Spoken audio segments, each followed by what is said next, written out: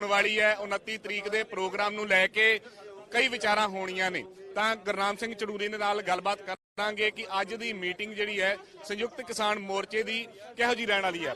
अज दी meeting दे विच किहड़े-किहड़े मुद्दे विचारे जाणगे sir? आज की जो मीटिंग है, आज की मीटिंग में मुख्य तौर पे दो तीन बातें हैं।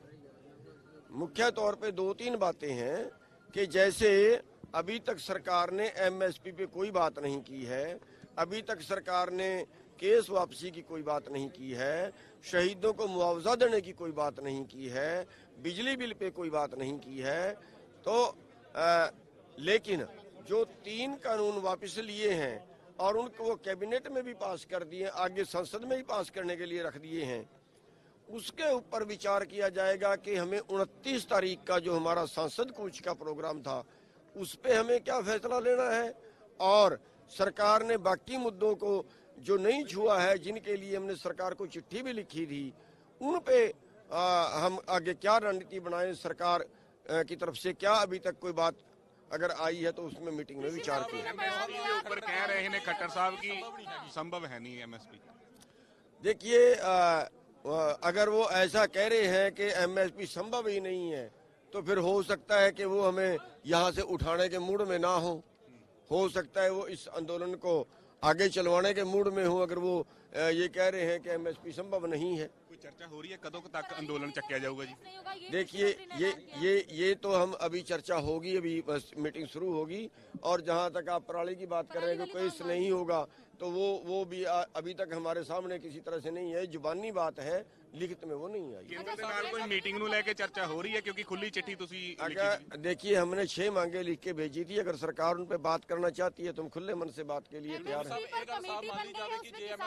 अभी एमएसपी पे कोई कमेटी नहीं बनी है ना, कहना और करना अलग बात है। कौन उसके मेंबर होंगे, हमारे किसानों की तरफ से उसमें कितने मेंबर लिए जाएंगे, सरकार की तरफ से उसमें कितने मेंबर होंगे, कितने दिनों में वो अपनी बात फाइलेगी, उसके अंडर कौन कौन सा काम होगा, तो कुछ अभी नहीं बताया। एमएसपी ते कोई गल नहीं होंदी ता अंदोलन खत्म नहीं होएगा फिर जी। जे एमएसपी ते गल नहीं करती सरकार तो अंदोलन खत्म नहीं। देखिए अगर सरकार अब जो है इस पे हठधर्मी अपनाती है, देखिए बहुत सी चीजें हैं एमएसपी में, बहुत सी चीजें हैं।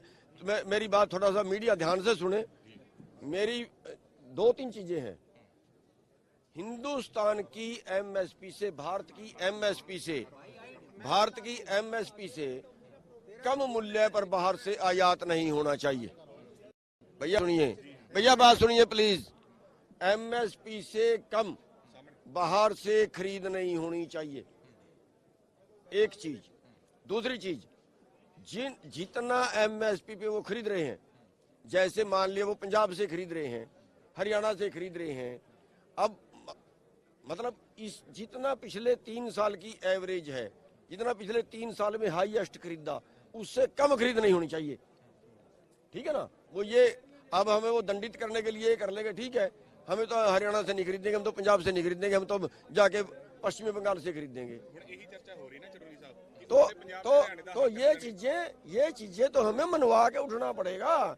और मुकदमे हैं, 48,000 लोगों पे मुकदमे हैं, कैसे उसको छोड़ के चले जाएं? 48,000 लोगों को कैसे जेलों में जाने के लिए छोड़ते हैं हम? हरियाणा के हैं तो दिल्ली के और हैं, कहीं के और हैं। तो जब तक वो सरकार मानेगी नहीं तब तक हम नहीं उठेंगे, और सरकार जो है फिर इसके लिए हमें उंगली टेढ़ी भी करनी पड़ेगी, वो भी करेंगे फिर। ਅੱਜ ਗੁਰਨਾਮ ਸਿੰਘ ਚੜੂਰੀ ਹੋਣਾ ਦੇ ਵੱਲੋਂ ਵਿਸਤਾਰ ਦੇ ਨਾਲ ਐਮਐਸਪੀ ਦੇ ਉੱਪਰ ਦੱਸਿਆ ਗਿਆ ਕਿ ਐਮਐਸਪੀ ਕਿਵੇਂ ਲਾਗੂ ਹੋਣੀ ਚਾਹੀਦੀ ਹੈ ਅਤੇ ਕਿਸ ਤਰੀਕੇ ਦੇ ਨਾਲ ਰਹਿਣੀ ਚਾਹੀਦੀ ਹੈ। ਤਾਂ ਡਾਕਟਰ ਸਾਹਿਬ ਗੁਰਨਾਮ ਸਿੰਘ ਚੜੂਰੀ ਮੇਰੇ ਨਾਲ ਨੇ ਅੱਜ ਸੰਯੁਕਤ ਕਿਸਾਨ ਮੋਰਚੇ ਦੀ ਅਹਿਮ